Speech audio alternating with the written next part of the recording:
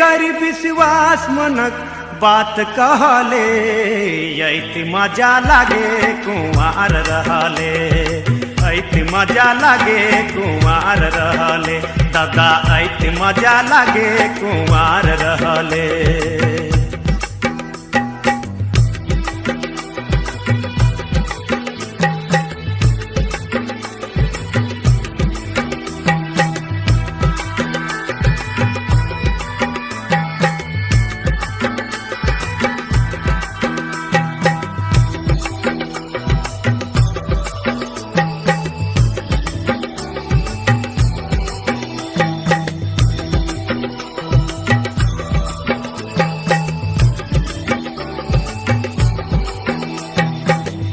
फिक्र कोनो नखे रहे मनक ताजा दोइन डाँड नदी नाला घूमे मनक राजा दोइन डाँड नदी नाला घूमे मनक राजा।